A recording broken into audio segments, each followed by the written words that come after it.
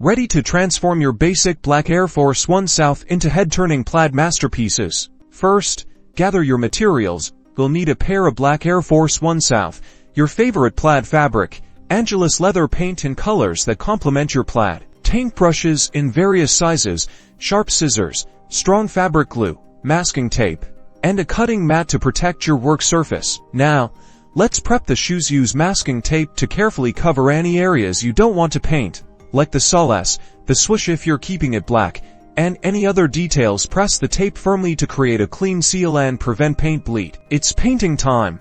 Apply thin, even coats of Angelus leather paint to the areas you want to customize. Remember, multiple thin coats are better than one thick coat to avoid cracking and ensure a smooth finish. Allow each coat to dry completely before applying the next.